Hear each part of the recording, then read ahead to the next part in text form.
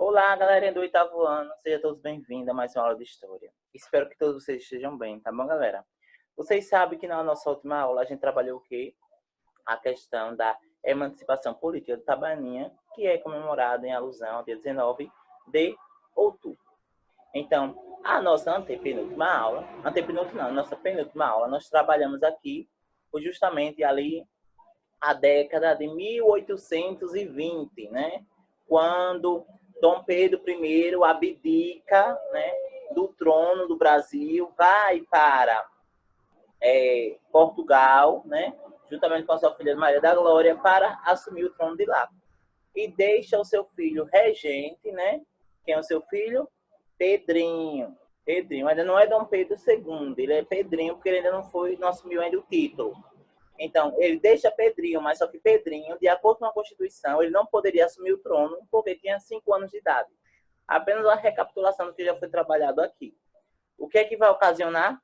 O período regencial. Então, nós temos de 1841 a 1840 o período regencial.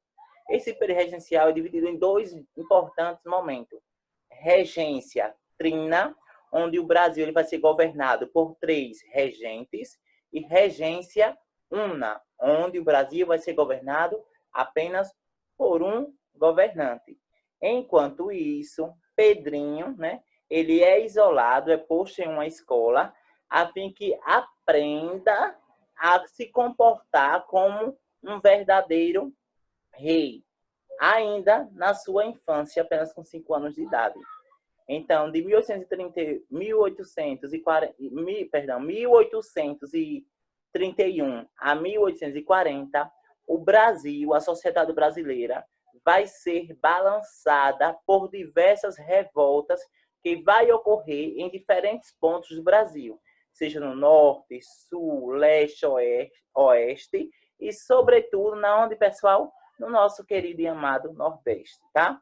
Então, hoje foi que eu pensei para a aula de hoje. Nós vamos trabalhar aqui 2 revoltas. Semana que vem nós trabalhamos mais 2 revoltas. 2 revoltas que ocorreram no período regencial. Hoje vai ser a revolta dos malês, tá? E a cabanagem, que é uma outra revolta. Deixo claro já para vocês. Revolta e levante é a mesma característica. Não tem basicamente nenhuma diferença entre essas 2 palavras. Apenas questão de nomenclatura. Tem uns que referem-se a o levante dos malês, outro fala a revolta dos malês, mas se trata do mesmo acontecimento histórico. Vocês pegam o livro didático de vocês, olha pessoal, capítulo 8, tá bom? Capítulo 8, página 185 a página 187.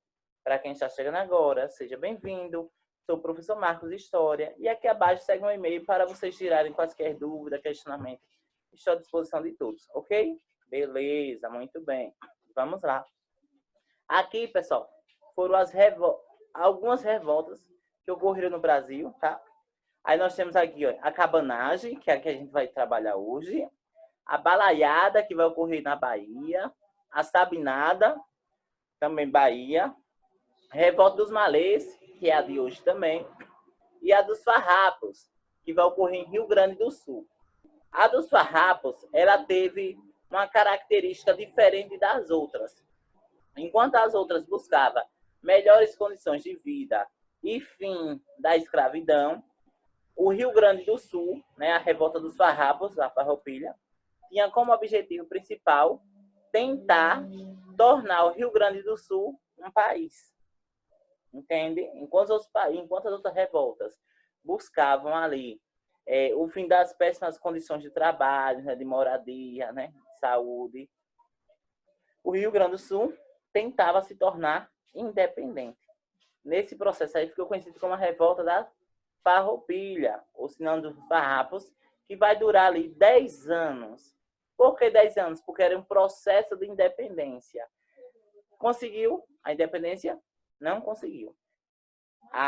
O Rio Grande do Sul continua ainda dependente, né, do Brasil. Mas hoje vamos focar aqui, vamos focar a revolta dos malês e a cabanagem, tá? Vamos primeiro para a revolta, né? Definir para vocês o que são revoltas regenciais. Essas revoltas regenciais eclodiram no Brasil de 1830 a 1840, provocando grande instabilidade política no complexo processo de construção do Estado Nacional. Porque essas revoltas ocasionaram em instabilidade, em incerteza e dúvidas, porque ocorriam diversos pontos. Então, enquanto as autoridades tentavam conter as revoltas dos escravizados na Bahia, outra revolta já ocorria em Pernambuco. Enquanto aí deslocava outra equipe para Pernambuco. Então, os estrangeiros viam o Brasil nesse período aí como um período um pouco complicado de investimento. E isso gerava uma instabilidade política, porque os regentes, né, que estavam ali no Brasil, governando, eles tinham dificuldade de controlar esses levantes. E esses levantes, eles só existiram também porque eles estavam descontentes, insatisfeitos com o modo de como os governantes estavam lidando com a própria população africana que estava no Brasil, tá? Então, vamos lá. Primeira revolta, a revolta dos malês. Ela vai começar ali em 1835. Professor, vai começar em 1835, mas em qual ponto do Brasil? Vai começar em 1835 no estado, que hoje é estado, né? Mas antes era na província da Bahia, especificamente na cidade de Salvador. O que foi a revolta dos malês ou o levante dos malês? Foi um movimento de conspiração oriundo dos escravos africanos de religião muçulmana. Perceba, vocês sabem muito bem que os escravizados, né, negros, eles foram trazidos forçadamente da África para trabalharem na mão de obra pesada no sistema escravista no Brasil. Você já sabe disso muito bem, né? Eu tenho certeza que seus professores já explanaram isso perfeitamente para vocês.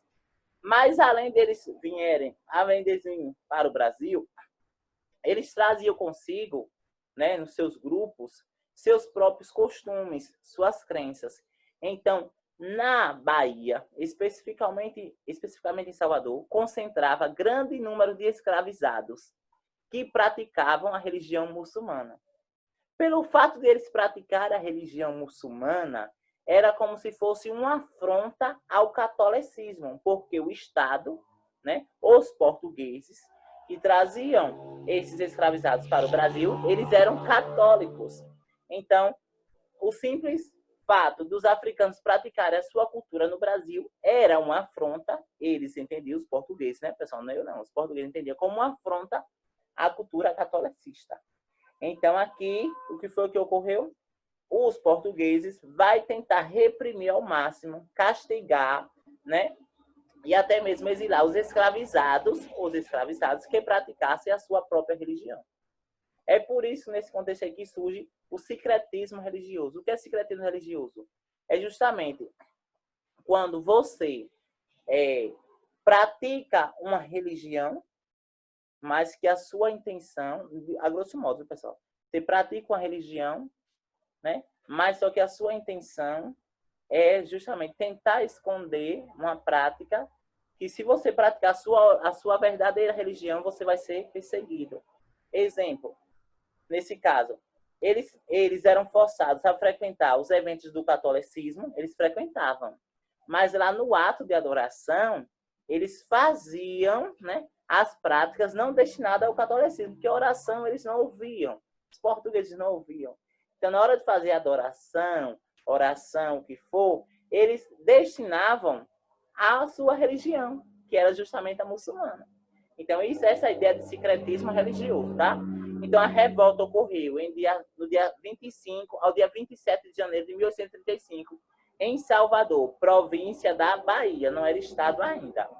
Constituiu na última e mais grave das rebeliões escravas da época.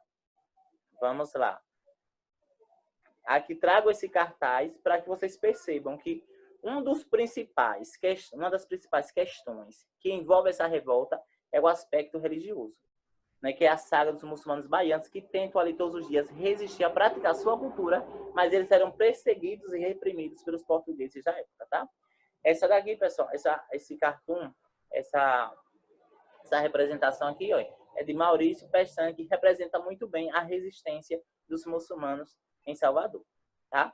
Aí vamos lá, as causas. Os revoltados, não, os revoltados não, esse termo não. As pessoas que participaram da revolta, né, dos malês, o principal estopim foi que estavam muito insatisfeitos com a escravidão africana, a imposição do catolicismo e com preconceito contra os negros, a imposição do catolicismo em não aceitar a prática, em não aceitar a cultura muçulmana. Ok, pessoal? Então, esse aqui vai ser o estopim. Então, se eu perguntar, cita aí um exemplo, um motivo que influenciou. Vocês podem colocar muito bem lá a revolta dos malês, né? Vamos colocar lá a insatisfação, né, da escravidão africana, como também a imposição do catolicismo e o preconceito contra os negros. Vou entender perfeitamente. Qual era o objetivo? Uma causa é o que gera, né? É o que influencia, o motivo. E o objetivo, o que é que eles pretendiam? Liberdade dos escravos, dos escravizados, né? Libertação. Acabar com o catolicismo como religião obrigatória. Veja esse ponto. Eles não pretendiam acabar com o catolicismo no Brasil. Eles só queriam, na verdade, que o catolicismo permitissem que eles também tivessem o mesmo direito de praticar a religião muçulmana. Entende? Eles só queriam espaço para praticar. Confisco dos bens dos brancos e mulatos, já que... Por que confisco? Porque todos os bens que eles possuíam, né, era fruto do trabalho dos escravizados e, automaticamente, uma ideia não tão distante, que também não tão perto, eles buscavam a implantação de uma república islâmica, né? Se eles já não conseguiam praticar a religião muçulmana, a religião islâmica, uma religião islâmica, imagine tornar o Brasil uma república islâmica. Imagine o desafio. Então, esses eram os objetivos que eles pretendiam. Tá? Qual a consequência dessa revolta? Os dados: morreram 7 soldados e 70 rebeldes. É importante justamente aqui. Professor, morreram poucas pessoas. Pessoal, nós estamos falando de uma revolta que ocorreu dentro de 2 dias na província da Bahia, em Salvador. Tá? Uma revolta. Mas é a questão de como se deu, de como foi gerado. Vai para além do que dos simples atos de morrer. Porque as pessoas morreram. Morreram 7 soldados, como também 70 rebeldes. Tá? Foram presos 200 rebeldes. Os líderes foram condenados à pena de morte. Os outros rebeldes foram condenados a trabalhos forçados, açoites e degredo. Toda vez que vocês ouvirem essa última palavrinha que eu falei aqui para vocês, degredo, significa exílio. O que é exílio? É justamente você pegar uma pessoa da sociedade, tá? Você pecou não, você cometeu um crime contra tal questão. Pega aquela pessoa e coloca normalmente em uma ilha, algum local fechado, tá? E ali aquela pessoa vai morar ali, tá? No exílio, né? Como Nelson Mandela ficou no exílio também e tantos outros. Ok, pessoal? Então nós temos aqui a revolta dos malês, que foi gerada pela insatisfação e pela não aceitação da cultura muçulmana, beleza? Em Salvador. E aqui a revolta, né, da cabanagem. Primeiro, por que cabanagem? Malês, a revolta dos malês, malês significa, pessoal, o nome de um mestre, de um sábio que está presente, né, a cultura muçulmana, tá? Naquele período. E por que a revolta da cabanagem? Por cabanagem? Porque um dos principais objetivos que eles pretendiam era justamente melhores condições de moradia, porque as pessoas, né, dali que vai ocorrer no Pará essa revolta, moravam em péssimas condições, em cabanas. Então ficou revolta da cabanagem, mas era somente a questão da moradia que eles questionavam, que eles buscavam? Não, tá? Então vejamos, essa revolta ela vai durar 5 anos. Revolta da cabanagem ocorre ali de 1835 a 1840. Na onde? Pará. Ok? Veja, Quando é que vai ocorrer a revolta dos malês? Em 1835. Então, enquanto estava ocorrendo a revolta dos malês na província da Bahia, estava ocorrendo na província do Pará a revolta da cabanagem, e os governantes eles não sabiam como lidar, como conter toda a revolta, porque era revolta por cima de revolta. Tá bom? Então, vamos lá entender aqui um pouquinho o que foi a cabanagem. O que foi? A cabanagem foi uma revolta popular durante o período regencial, como já expliquei aqui para vocês, entre os anos de 1835 e 1840, na província na onde? Grão-Pará. Professor, Grão-Pará é porque esse, no período da monarquia, no período imperial, não era Pará, era Grão-Pará. Mas quando se fala de Pará, você já sabe que é lá no Grão-Pará, e assim vai, isso é apenas um detalhe. Seu nome derivou-se de cabano, a palavra usada para denominar os pobres da região que viviam em cabanas às margens dos rios. Hoje o estado de Pará, vocês sabem muito bem, né? Lá na região Belém, capital, né? É marcado pelas casas ribeirinhas, né? Então isso é uma característica de agora não, de antes. Porque quando vem a cheia, né? Aí, para não dar, o que é que ocorre? As casas na ribeirinha. Então, eles buscavam melhores condições nas casas, melhores condições de trabalho. Então, por isso ficou o nome aí, cabanagem. Tá ok? Vamos lá. A cabanagem aqui, pessoal, ó, todo o processo de comércio, todo o processo de trabalho se dava em torno ali das margens do rio. Ok? Existia a escravidão. Existia a escravidão. Quem participava daquele período ali de escravidão? Era só africanos? Não. Nativos também praticavam, eram vítimas diariamente da escravidão. Eles se tornavam escravizados forçadamente. Entende? Então, eles trabalhavam nessa região e eles buscavam melhores condições. Ok, pessoal? Então, vejamos. Aqui de forma mais detalhada. A cabanagem, como já falei, nesse nome veio de uma referência popular pobre, que morava em cabanas construídas à margem dos rios, onde vivia a maior parte da população. As causas, que é o estopim. As causas principais foram a revolta dos liberais contra o presidente nomeado pelo governo regencial e a situação de miséria dos cabanos.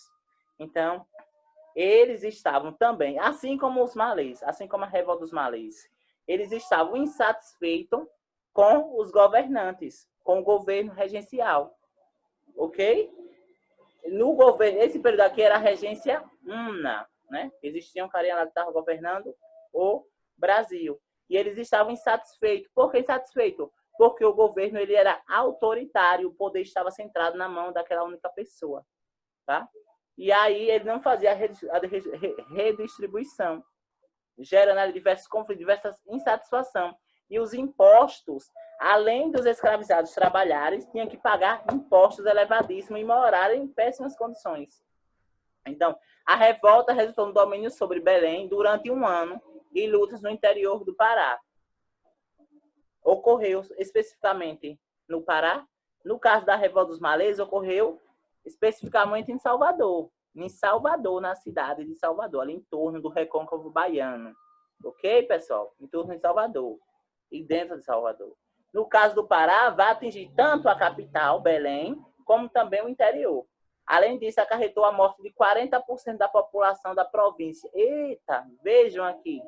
Então, percebam. Imagine aí uma população que estava acostumada com 100% da sua uma cidade, né, uma região que estava acostumada com 100% de sua população. De uma noite para o dia, dentro de um ano, morre 40%. Imagine aí a lacuna que vai gerar a crise econômica no Estado, a crise política, porque o governo não sabia como trabalhar, como funcionar, não sabia para onde seguir, a escravidão ainda se perpetuando e os escravizados tendo que morar em péssimas condições, isso quando não se vivia nas senzalas, entenderam? Então, olha, imagine aí o clima, pessoal, vamos imaginar aqui, o Brasil em 1835, os escravizados, né, morando em péssimas condições de trabalho, não comem durante o dia, só em dois dias. Imagine aí a péssima condição, né? Quem iria aturar? Então, eu quero que vocês entendam hoje, que vocês vão anotar aí, que essas revoltas regenciais, elas não foram ocasionadas do nada. Eles não podem ser entendidos para nós atualmente como vândalos. como os revoltadinhos. Eles lutavam por um objetivo coletivo, eles buscavam melhores condições de vida, entendem? Então, isso era uma forma que eles conseguiram para sobreviver. E se eles não tivessem lutado, será que teria conseguido algumas questões ali, alguns benefícios, não, alguns direitos? Será que o Brasil, se eles não tivessem lutado, talvez o Brasil não teria chegado de fato ao que é hoje? Então, essas revoltas regenciais, feitas pelos escravizados, feita pela massa que estava sendo escravizada no Brasil de 1835 a 1840, é uma forma de resistência. Eles resistiram por meio das revoltas para não morrerem. Porque se eles se permanecessem calados, automaticamente iriam morrer. E não era basicamente só isso, pessoal, tá? Existiam também a questão da própria epidemia que assolava todo o Pará. O Pará era um estado que úmido, favorável, tinha todo o clima favorável para a proliferação de doença. Doença trazida pelos europeus no período da colonização, tá? Como o sarampo e a cólera. Mas já existiam doenças epidêmicas, mas não tão agressivas como o sarampo e a cólera, ou a tuberculose, ou outro tipo de epidemia, entende? Então, além de eles estarem em péssimas condições de trabalho, de vida e tudo mais, tinham que enfrentar as mazelas da epidemia, ok? E o fim da cabanagem, qual foi, afinal de contas, as consequências, como acabou de fato? Vejamos. Abalados pelas sucessivas traições de seus líderes, desgastados pela árdua luta que se prolongavam, enfraquecidos por epidemias que assolavam as populações indígenas e ribeirinhas, falta de recursos, entre outros, os cabanos desacreditaram profundamente da vitória final. Então, quando se tratou ali, né, foram 5 anos, de 35 a 40, o que foi que ocorreu? Na reta final, os líderes abandonaram a revolta, porque já estavam enfraquecidos. Eles representavam uma grande população, né? A quantitativa era boa. Boa não, a quantitativa era elevada, mas uma luta que dura assim muito tempo torna-se cansativa. O Estado tinha poder para manter, né? Para atacar ali as pessoas que participavam da cabanagem. Mas chegou a um ponto que eles já não aguentavam fisicamente, psicologicamente. Então, foi o que ocorreu? Eles desacreditaram, né? Que a vitória chegaria ao final. E aí, acabou-se aí, pessoal, a cabanagem. Ok? E as consequências? Perda de mais de 40% da população. Morte, tá? O massacre de vários indígenas e vários ribeirinhos e africanos, ok? A perda cultural, tanto de indígenas africanos como os ribeirinhos, e as perdas materiais. Talvez o Brasil poderia ser diferente se não houvesse essa revolta. Talvez, ou não. Então, quer queira que não, essas revoltas redirecionou a história do Brasil.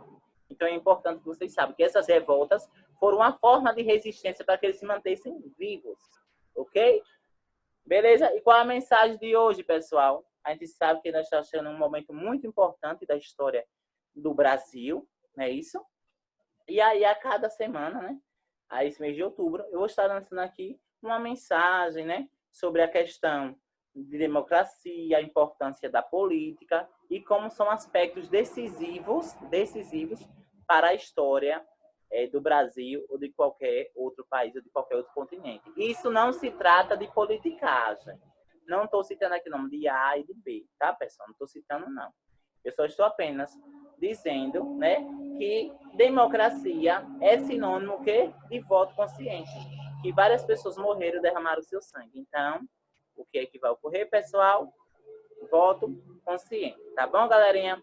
Do mais, não esqueçam de fazer a atividade que está logo aqui abaixo. Esperarei vocês na próxima aula com muito prazer. Gosto muito da interação de vocês e da participação, tá? E até mais, até breve, viu, galera? Valeu!